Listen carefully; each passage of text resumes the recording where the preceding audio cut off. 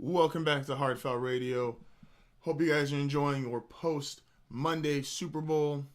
Your post-Super Bowl Monday. I can talk. I am professional. I am articulate. And I am just full of analysis and ideas and examples. And I'm going to just shut up and get in my final segment. For our final segment here on HardFoul Radio, I want to ask the fan a question. And what I want to ask the fan a question today, and I'm speaking to my fans, my fellow Bronco fans today. I won't always be speaking to my fellow Bronco fans or Pelican fans, but for today, we are. So let's get into the conversation. There was a lot of talk this last week about Kirk Cousins has basically made up his mind and the people around the situation that he was going to be a Denver Bronco. There was, if you watch FS1 or ESPN, that was in the news pretty much all week that Kirk was going to sign with Denver. Denver was going to either trade Talib or cut Talib, and Emmanuel Sanders will also probably be on the trading block, or if not traded, cut. Then, rumor came out about a day before the Super Bowl Saturday, that the Redskins were considering franchising Kirk Cousins so that he would not become a free agent and that they could trade him. Not that they were necessarily going to keep him, but they wanted the option to trade him to a team. So I'm asking you, Bronco fans, and I'm asking NFL fans, what would be the better situation for the Denver Broncos? Is it signing a Kirk Cousins, knowing that you're probably going to lose Aqib Talib, you're probably going to lose Emmanuel Sanders? Or is it a better option to, with the 5th overall pick, draft a Sam Darnold or a Josh Allen, if one of them are still there? Or a Josh Rosen, I apologize, is also the Josh Rosen, or Sam Darnold, or a Josh Allen. Any of the three major quarterbacks. Or some people even have Baker Mayfield going that high. Whichever of the elite college quarterbacks you're a fan of. Knowing that if you sign them, you probably get to keep Talib, you get to keep Sanders, and you have cap flexibility. But you're also going to be running the year with a rookie quarterback. And the chances of you going far are less likely than if you have Kirk Cousins outright. Now, would you rather have Kirk Cousins, who probably makes you a legitimate playoff contender next year, even though you lose the other guys on the team and you have to restructure contracts? Let me give a pro and a con to both of these situations. I won't say which I personally prefer. I will simply give pros and cons and then pass the question on to you.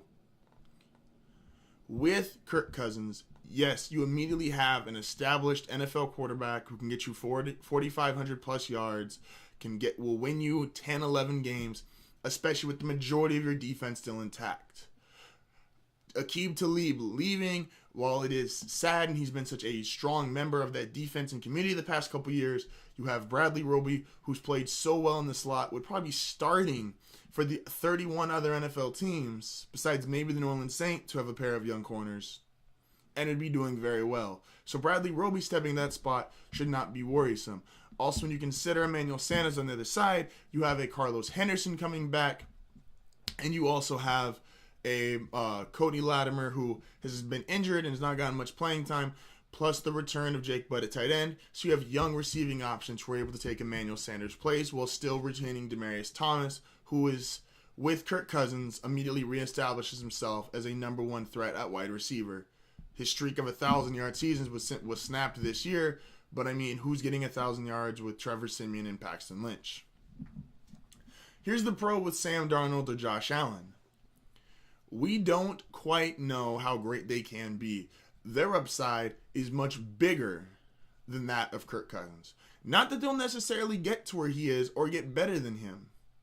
But when you have top 5 picks, the potential is limitless. Especially when you have a guy like Sam Darnold, who, even though he's a little bit shorter, and his arm is not, it's not Andrew Luck status or it's not Big Ben status, it's good and has intangibles that are otherworldly, and has already been in a situation in a pro-style offense, which he's had to basically carry USC, because if you watch college football, USC was not as good as their record showed. USC was Sam Darnold and a kind of just a bunch of guys running around. And even with Josh Allen. Now, Josh Allen, I believe, needs more of a stable structure in order to perform. And what is a more stable structure than the winningest or second winningest franchise since the merger of the AFC? You have John Elway in charge of decisions. You have an organization that, take out the last 2 years, has been the consistency of success and is the only team, if I may say so, that is the last team to beat the New England Patriots in the playoffs before this Super Bowl. Josh Allen, Sam Darnold give you upside, and you don't have to cut as many players immediately, but you probably don't have the same chance at a Super Bowl as you do with Kirk Cousins stepping in there next year. Bronco community, let me know what you think.